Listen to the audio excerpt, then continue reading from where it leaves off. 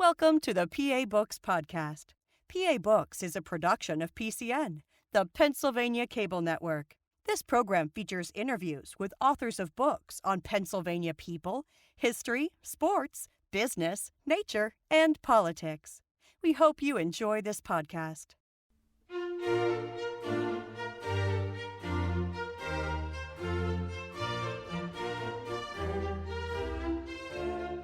This week on PA Books, Karl Kuerner, author of Beyond the Art Spirit. Karl Kuerner is the author of Beyond the Art Spirit, Mentoring of a Young Artist by Carolyn and Wyeth and her brother Andrew. Now, in the book, you tell the story in 1966 of you attending an Andrew Wyeth exhibit in Philadelphia as a young boy. Why was that experience important for you?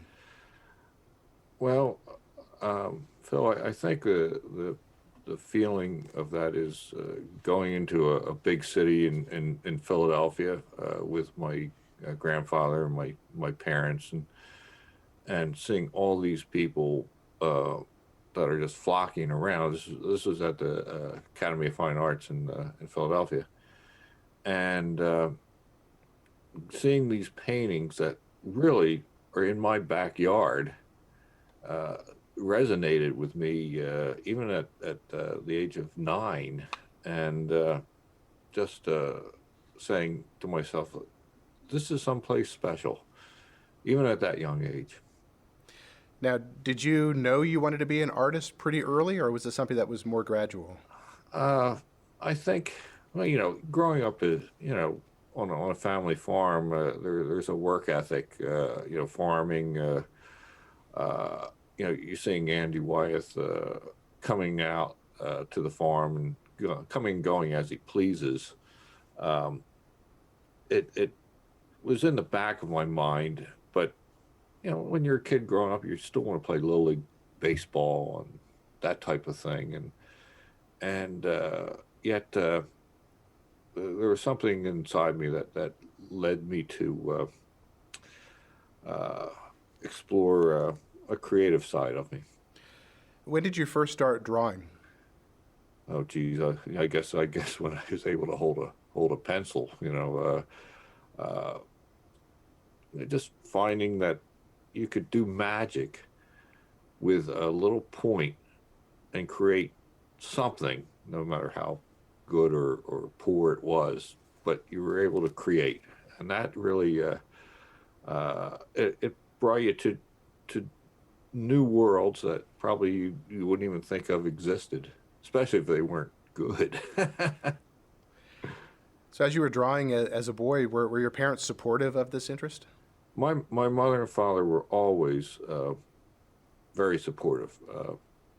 My dad, at a very early time in my life, he said, Karl, don't ever become a farmer. There's no money in it.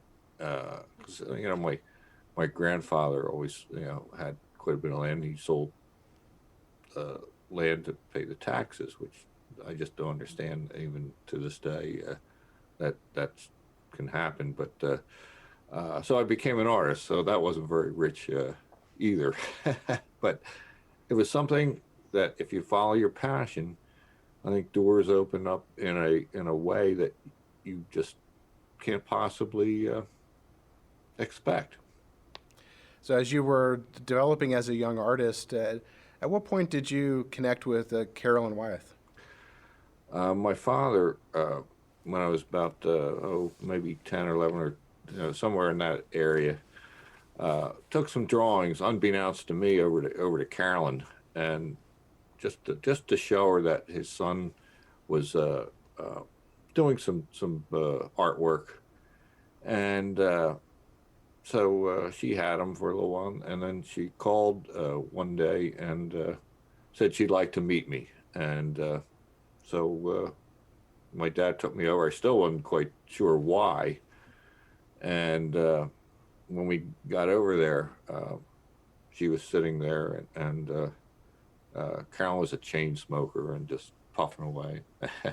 And she said, "I've seen your drawings, and I want you to go home." I'm a kid. Well, that's interesting, so a little bit intimidating. And then she held up her finger and said, go home and do something that means something to you, and I'll see you in 2 weeks. And that started a 7-year relationship. So what did you draw when you went home? Well, that's interesting because I get home to the family farm and I'm thinking, geez, her brothers covered everything. So what am I supposed to do? But then hearing what she said, do something that means something to you. And I did some of the things that meant to me something special over at the farm, and I just went ahead and did that. And later on, a few years later, I actually went to Andy, and he was painting over at the farm at the time. And I said, look, I have a problem with this. I said, you've been painting here for so many years. You mind if I paint in our own family property? And he literally laughed at me. And he said, Karl, if you see it through, you'll have your own voice. Go right ahead. And that just opened up a whole new world to me, even though I was so close to it. Because, we always felt it was Andy's turf, but of course the Kuerner property. What kind of relationship did you have with Andy during that time period? When I was working with Carolyn, he was very, very respectful on staying just enough away to let her take care of me in an artistic way. He was careful not to step on her toes. And but he would always, when I see him, he said, "What have you been doing?" And he would, show me. I would show him what I was doing, and I just, it just became very a closer relationship as time went on, especially after she passed away. So did they both have adjacent properties to your family farm? Well, the NC Wyeth property where Carolyn lived is just through about maybe a 10-minute walk from the Kuerner Hill back through the woods. And when Andy was a young boy, he was, he would walk over to the Kuerner farm, do his drawings and so on. And so outside of, I think, one property in between us, we were very, very close. And so were these people that, just because they were your neighbors, did you know them pretty much your entire childhood? The Wyeths? Yes. I knew him my whole life. And Andy, he was part of the family, and Carolyn was part of the family. And, Andy had free reign of the Kuerner farm. He'd come and go as he pleased, and so you would always run into him over at the farm, but careful not to interfere with his own creative process. So was it something where you might be out walking across the farm and you'd see him out painting, or was it that Absolutely. type of thing? Absolutely. You would see him, you'd have a small talk, but you'd be on your way. But as I developed as an artist, he would always say, "Well, what have you been working on?" And I would like to see it. And as an adult, he would stop over to my place maybe once a month, and we'd have a critique session. And he spent a lot of time talking to me, not about how to do something, but basically what it took to become an artist, what it really meant to be an artist, the commitment, the passion, painting what you love, painting the things you know, and if you didn't know them, get to know them. And it, I talk to a lot of young artists today, and I think the biggest thing is, can you sustain it through a lifetime? And I think that's the hardest part. Now, how did Andy's and Carolyn's philosophy of art differ? Well, I know. Well, first of all, I think they're very similar. Paint what you love and what you know. Carolyn, she never really did many studies.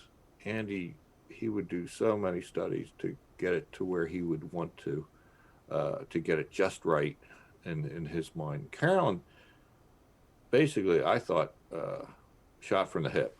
I think her philosophy in life is, I'll do what I damn well please. And she just was very, very powerful as a painter with her contrasts and so on. She wasn't as prolific nearly as much as her brother was. So when you were going through this period where she was mentoring you, was it like a formal acceptance that she just kind of brought you into her fold and started teaching you from her point of view? I think when you're working with a young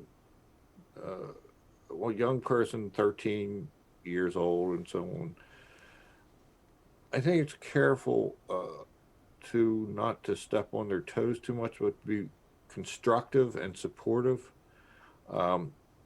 She often told me that her father, N.C. Wyeth, was very, very tough on students. And I thought, well, maybe I'm pretty lucky that she was so supportive in her constructive critique.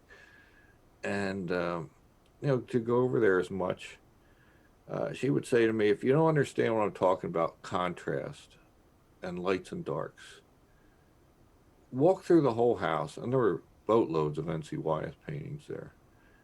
And look at what my father's done.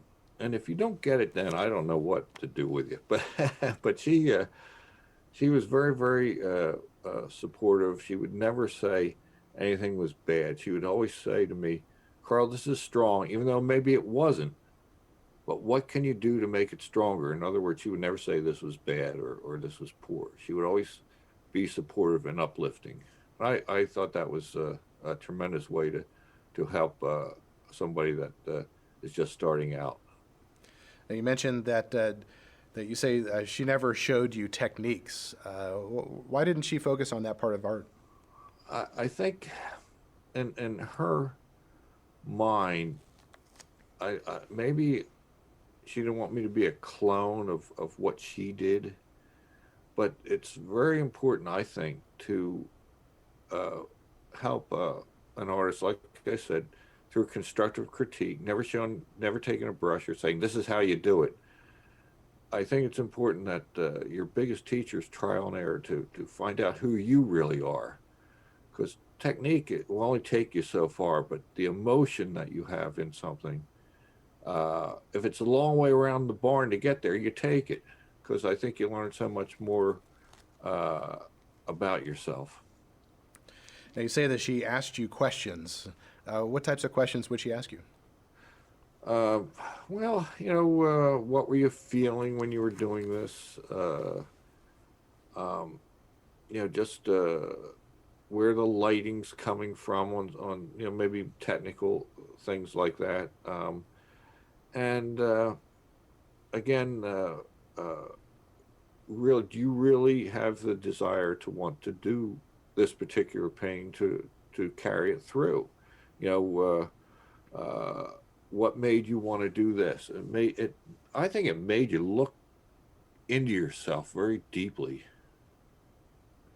Now, when you would go over to her place, would you be in her studio with her and see her work, or how would you work with her? Well, a lot of times we would just go into her back kitchen, and Carolyn had 4 dogs. They were all over the place, and some of them weren't housebroken, and it wasn't really neat.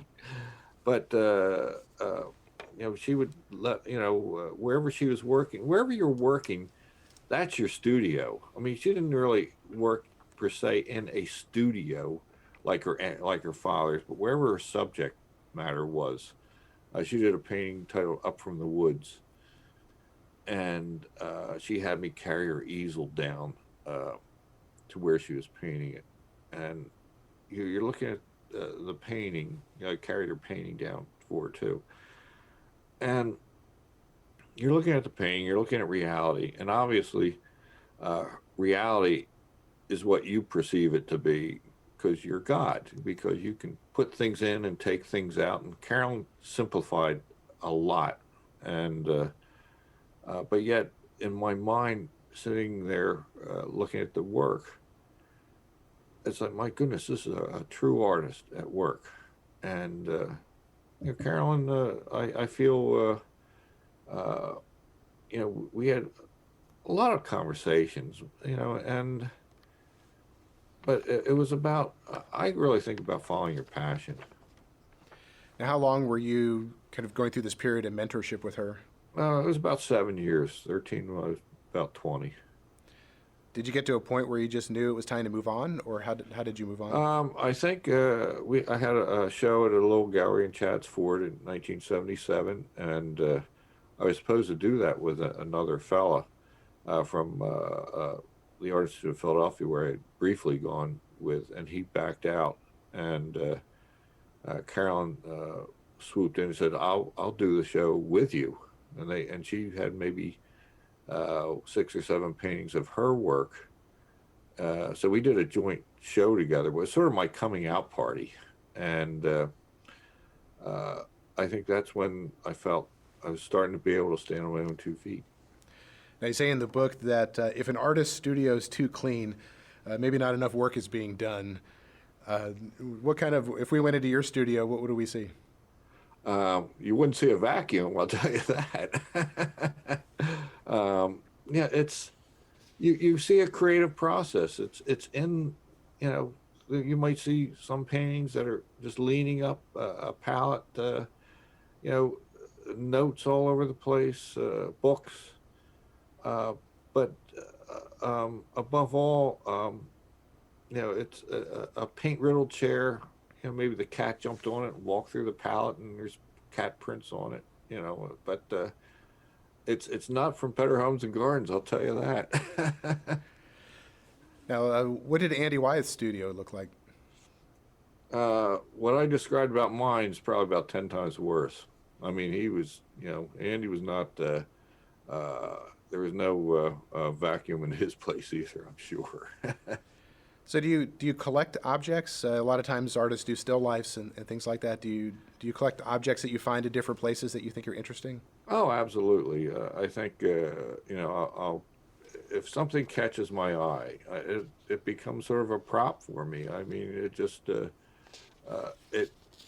it starts to work that world of imagination and creativity, because you find something, whether it's 100 years old or something relatively new, but what can you do with it to make it a creative piece of artwork that will share your own personal vision and take it to a point where the viewer will take it to another realm, and it's exciting for me.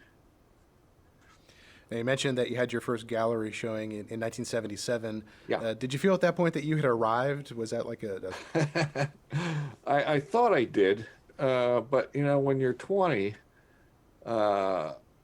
you find that maybe it comes a little too easy, because the next couple of years were a lot rougher.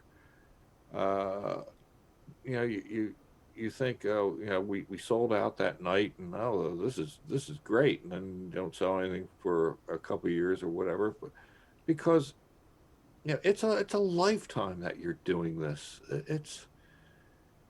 It's like I said a little bit ago. Can you sustain it? At 20, you don't know if you're going to do that. You think you are, but you never know where life takes you. But if you really, again, follow your passion with it, I think you create allies along the way. People want to help you advance your career, and it just depends how dedicated you are to the arts and to yourself to do it. Now, you talk a lot in the book about emotion and the importance of emotion. Why is that so significant? I think Robert Henry, who's from the Ashcan school, said it best: the only original work you'll ever do is your own life history. And if you don't have the emotion with it, I think you're losing something special that you just won't be able to offer to it to the public, that you know, that you just, how can I say it? That you just feel that you want to bring it to the table. And, but above all, you're doing it for yourself. Now, do you begin with an emotion and then try to find a way to express it, or do you begin by painting and then kind of No, I discover think the emotion? I think you have to have the emotion to begin with, because sometimes you'll work on something that has been working on your thought process. Maybe it could be a year or a couple of years or two. It just depends when it comes to the surface that you have to put it out. Because if you put it out right away, it may not it may not mean as much. And yet there's some things that spontaneity can be a great thing. So when you're working on a piece, sometimes it can take a long time to finish it. How do you sustain the emotion over that time period? I had a student say one time, I thought it was kind of cute. She was working on a picture and she was a little frustrated with it, and she said, Carl, I decided to give this painting a friend break, and sometimes you have friends you may want to give a little break from seeing on occasion, and she came back and a few months later finished it. It came out quite well. But sometimes paintings have to sit, until you can figure it out. But it's all there. It's just it's a matter of putting it together. Now, if you're working on different paintings at the same time, are you having to switch from one type of emotion to another type of emotion when you do that? Well, usually I try to work on something one at a time, but like I said, some things are set aside. Yeah, sometimes it's hard to switch gears, but if something overtakes you, that you have to get that particular feeling out at the moment, I think it tends to it takes priority on what you're working on at the moment. But when you go back to the other one, like I said, it could be a little while. It's like seeing an old friend again. Maybe pick it up where you left off. Now, you're sitting in front of two of your paintings, the one over the left shoulder with the woman looking out the window. Tell us a little bit about that. This is Shay Allen, somebody very close to. It's done over at the Kuerner farm, and catching her looking out the window, which you actually can't see, but with the light. And I titled Inside Looking Out. And again, feeling what she's trying to get through in her mind. She has a sense of maybe wonderment deep down, and just catching the moment to see where she is in her life, and it's done in acrylic, and it again, seeing that, it just caught my eye, and I had to approach it. So when you paint something like that, do you have her pose there for a while so you can sketch it or paint it? I did a lot of thumbnail studies, and then had her sit for me. Now, peeking over your right shoulder is the painting of a cat. Yes. Tell us a little bit about that one. This is one of my late cats. We titled him Chubber because he was not tiny. It's let's see, which way am I? And he was one of my buddies, but all my cats are buddies, but he was in particular. And I titled him Mesmerized. He would give you a look in his eye that just almost looked through you. And I thought, well, I do that, and it's a tribute to him. I've done them many times, and animals take you to a whole different level. Now, you, in addition to being a painter, you also were a model at least once for Andrew Wyeth. Yes. What was it like to be on that side of the canvas? Well, sitting for Andy, I think it was 27, I believe. It's titled Handlebar. And again, Andy made you feel like you were the most important thing. He never was somebody say, "Oh, I'm Andrew Wyeth. I'm going to paint you," and it's going to be you respect me in such a way. He was Andy. He was just Andy, and he would talk to you in a way that you wouldn't even think you were posing. But watching him work, it was like watching a conductor in an orchestra. He just had a rhythm to how he handled the paint, whether it was very loose or very tight. And seeing this and watching this icon, of course, like I said, he's Andy at work. It really, brought me to the realization that no matter what you do, you have you're in the moment, and he was in the moment, and yet, like I said, he was a conductor, and it was beautiful. So when he was in the moment like that, was he silent or was he talking to you? Still talking, and it's like a pianist. They know where the fingers go in the keys. He knew what colors to go for, and you're sitting there and you're looking off to the side. But out of the corner of my eye, I could see him working. And later on, he would say, "Well, what do you think?" And you just said, "Wow!" It just took you to a different level. What did he talk about when you were sitting there?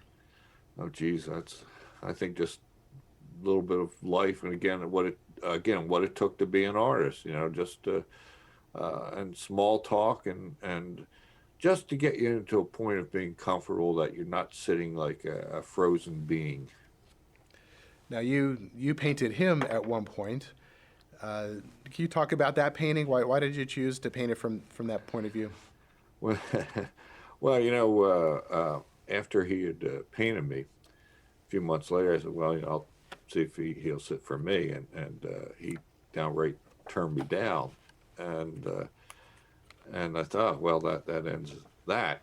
And then he said something. Well, maybe years and years later, when I'm an old man, you might get a knock on the door, and maybe I'll let you sit for me then. Well, years later, he stopped over at our place, and he wanted to do a drawing of some mounted deer heads of my grandfather's, and so he was doing some drawing there, and I sat, with him, just again, small talk, and he's totally into what he's doing.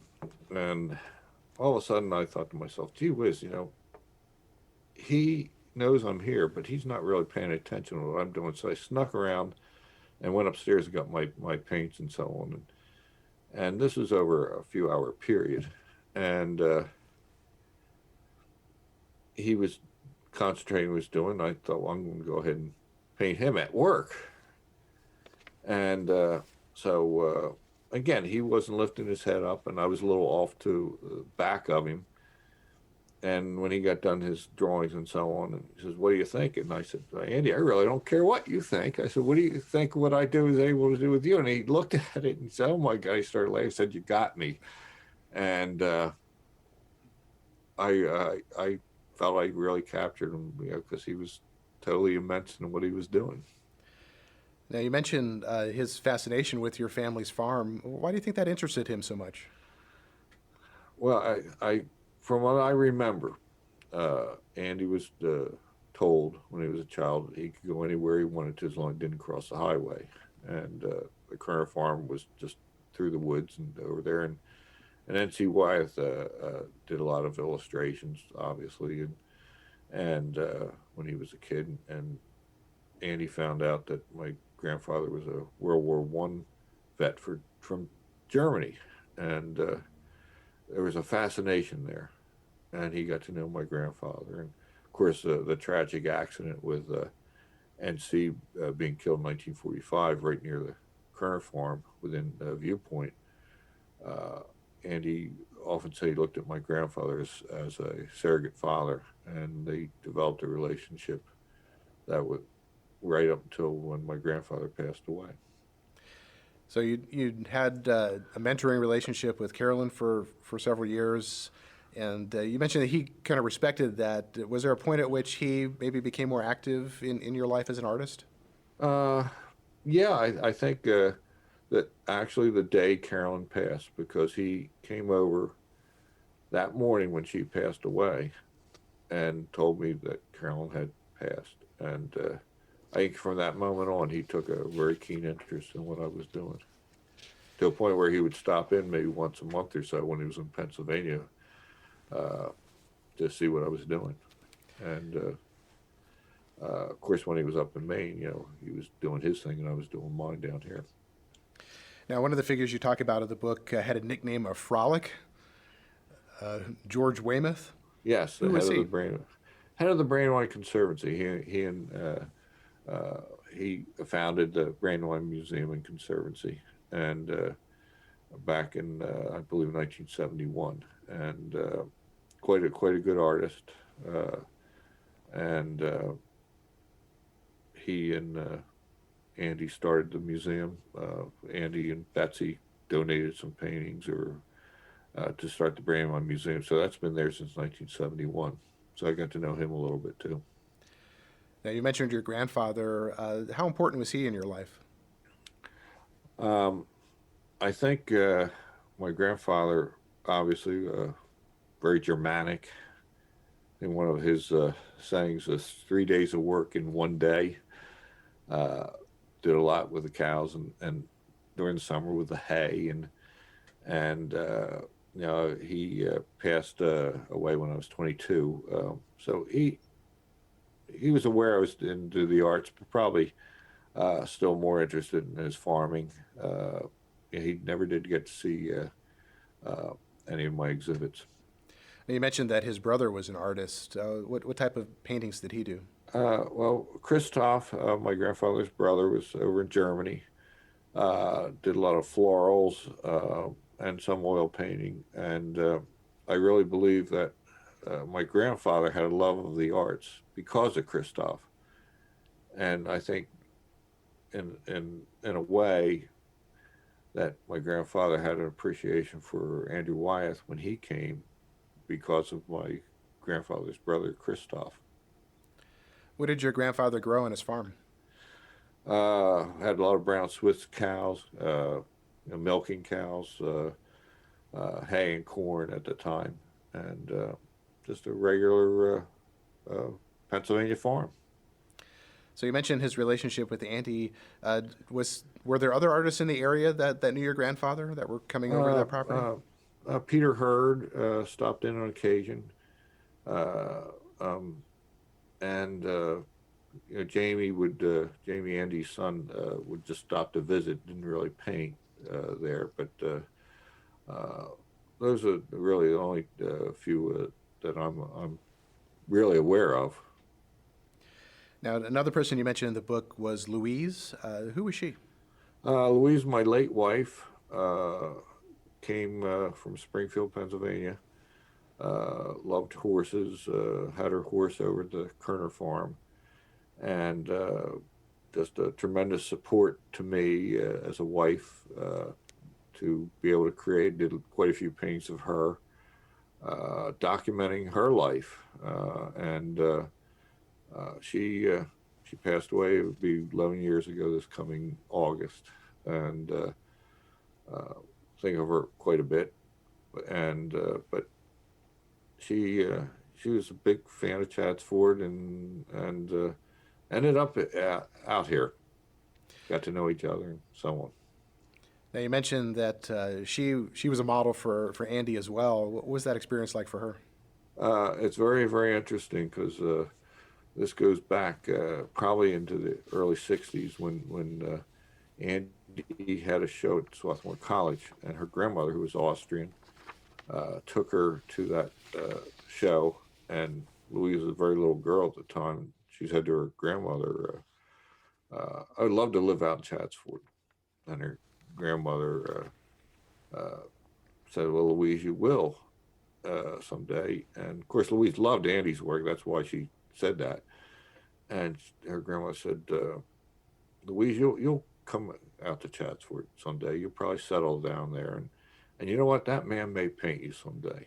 And everything came true. And Louise was somebody that would tell you what she thought, and so she had a chance to sit for Andy, and Louise was ill at the time, and she would go over to Andy's studio. Andy asked her to pose, and so she went over there for a couple weeks or so, and Andy took her into his actual painting studio. Now, Andy never took me into that studio.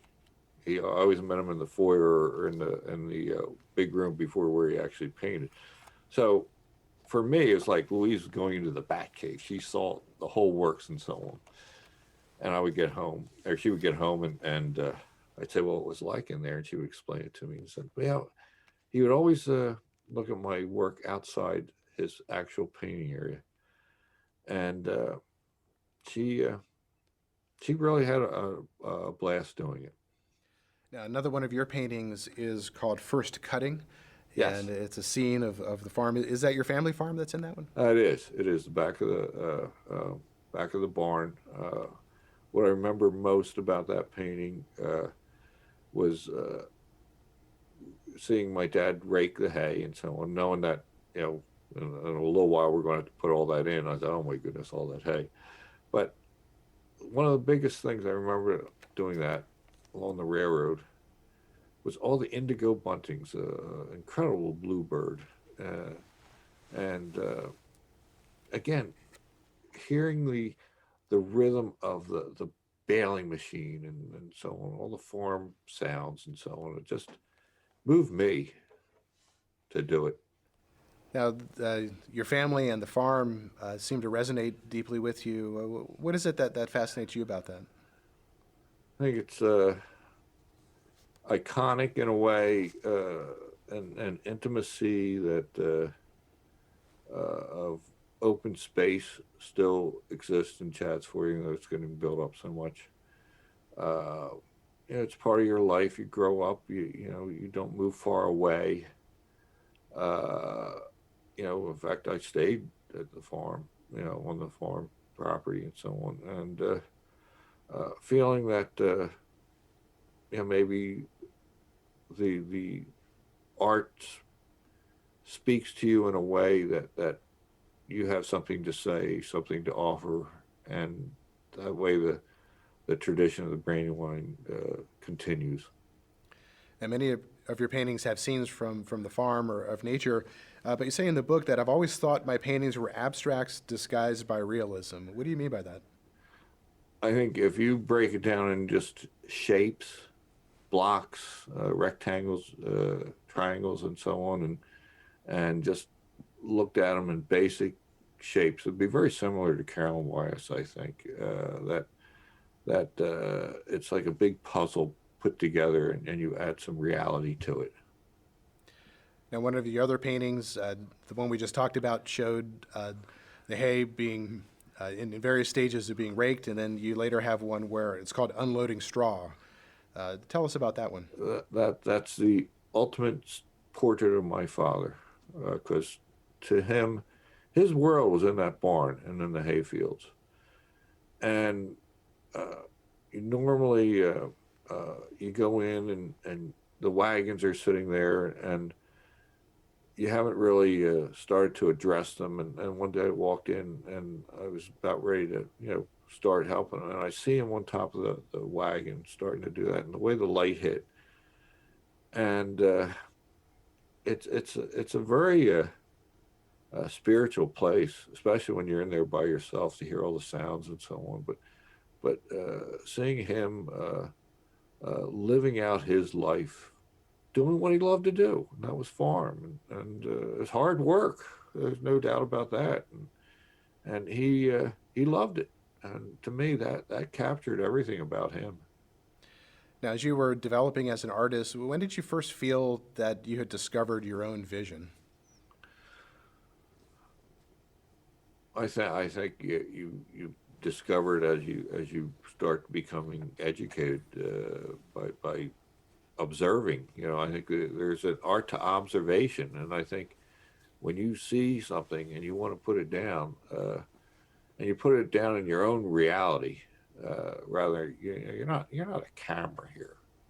There's a feel about what you have to say through the paint, and if it's something that you want to really put down, you're God. You put things in, you take things out until you really create a world that you are presenting to the public.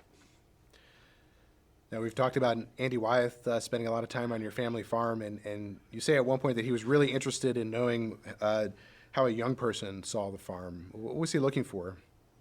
I think the continuation of a spirit, an art spirit, that it just doesn't stop with Wyeth. That you see a young person that has taken up a torch of enthusiasm that maybe he has seen from a long time ago that he still carried with him, but seeing a young person come in with the excitement that he can relate to, I think that maybe moved him more than a lot of people realize. Now, you also teach. When did you start teaching artists?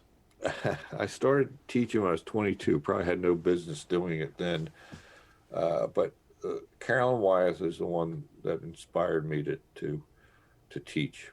And when I see that she took me in as a young person and was very supportive, I wanted to be able to share that vision that she had with other people, whether they're young or whether they're older, whether they've gone to an art school where they're just starting out. You're sharing the knowledge you have, and yet you're still learning. I think you never want to approach a student that you know all. Don't be afraid to tell a student that you don't know something. So, do you teach at a college, or is it more I informal? I taught at an art center for 33 years, and then I teach over at the current farm through the Brandywine Museum past 6 or 7 years, and yeah, it's not a college, obviously. I don't have a degree. I think what I've learned from the Wyeths, I don't think you can put it on a piece of paper. So, if we were sitting in the classroom area when you're teaching, what would we see? Well, I think when we're doing the plein air, I think you would see a lot of open space because people are far apart. I don't teach the class as a class. I teach everybody to have their own vision. So if they come to the Kuerner farm, they can go wherever they want. So I wander a little bit around to see what they're doing. So they get a chance to not have me on over their shoulder the whole time. And there's a lot of constructive critiques. I try to make it as pleasant as possible so they're not going to feel like they're going to the dentist or anything. But so they have a chance to add a vision of their own life history. Now, one of the quotes you have in the book is, "Teach to the strengths of your students, not to the strength of the tradition." Yes, everybody has their own abilities and their own way of seeing things. So I've worked with people that have painted like, say, Van Gogh to Monet to Charles Birchfield to Robert Henry. The way they handle their paint and the way they want to do things, you go down to the basics, and you don't teach technique, and I think that way. I mean, if they'd like me to show them how to do something, I would certainly be happy to do that. But I try to stay hands off as much as I can because they have their own ability to have the art of self-discovery. How did your experience working with Carolyn affect the way you teach your students? I think to be as respectful and supportive. Sometimes I have a little bit of a problem with being terminally sarcastic, which with a little bit of comedic feel might be a problem on occasion, but people, once they know me, it's no problem. But to be as supportive and encouraging as you possibly can. And I think people respond to that. Now, one of the people you referenced, and we talked earlier about him, was Robert Henry. Yes. What did you find interesting in his work? Three words: the art spirit. I came across that book when I was in my teens. I acquired it through some other art supplies. Could kick myself because I let it sit there for a year, and read the few first pages and felt that I had met a brother in the arts. One of the verses saying offhand that when those are trying to close the book, a young person can come along and add new visions to it. When I read that,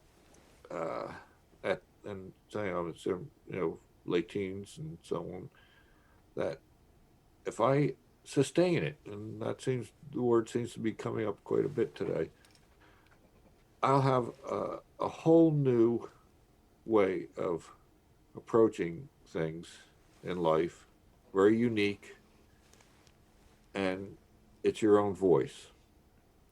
I think that's what Henry had a lot to deal with me.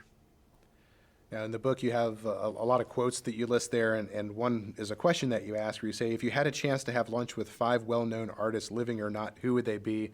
So who are your 5? Well, I think Henry would certainly be one.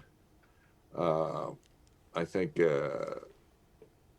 Dr. Seuss, believe it or not, I think he would be a character. Winslow Homer, Edward Hopper, Grant Wood, and maybe Wanda Gog, who's an illustrator. So the family farm now, you mentioned the Brandywine Conservancy. Well, when was it transitioned into a different status? When my grandmother passed away, my dad certainly wanted to see the farm saved. And we had a chance to acquire it from my aunts. And my dad had a love of the farming, and I had a love of the arts. And I approached George Weymouth from the museum and said, how would you like to have the Kuerner farm as a donation to see it preserved? And he couldn't believe that we were making that offer. And like I said, my dad loved farming so much, and I loved the arts. And I know that was from being around the Wyeths and having my own vision. And to be able to preserve and see the property taken care of for young artists and people from all over the world coming over to visit that, I feel it was the only way to go, really. So you mentioned artists coming from all over the world. So is it open for artists to come in and work there? They have people come in on plein air events. Of course, this past year has been kind of rough because of the pandemic. But and they do open the farm for tours. So you get to meet people from, we've met them from Russia, Japan, all over the world. And it just shows you how far the Wyeth name has been reached. Now, you mentioned that an artist named Phil Jameson encouraged you to write this book. What was he wanting you to do? Phil Jameson, tremendous watercolor painter, one of the best in the country, I believe. He's in his 90s now, and he had talked to me quite a while ago. He said, Karl, if you don't write down and share your experiences, that's going to be lost to the public. And he said, you have a very unique way of looking at life, your experiences with Carolyn Wyeth and Andy and the Wyeth family. If you don't share that, it's going to be gone. And you really should do this. And so Phil, he really was a support in doing it. Well, Karl Kuerner is the author of Beyond the Art Spirit, Mentoring of a Young Artist by Carolyn Wyeth and her brother Andrew. Thank you for joining me. Phil, it's been a pleasure. You've been listening to a podcast of PA Books, a production of PCN, the Pennsylvania Cable Network. Full episodes of PA Books, as well as other PCN programs, are available to stream with the PCN app.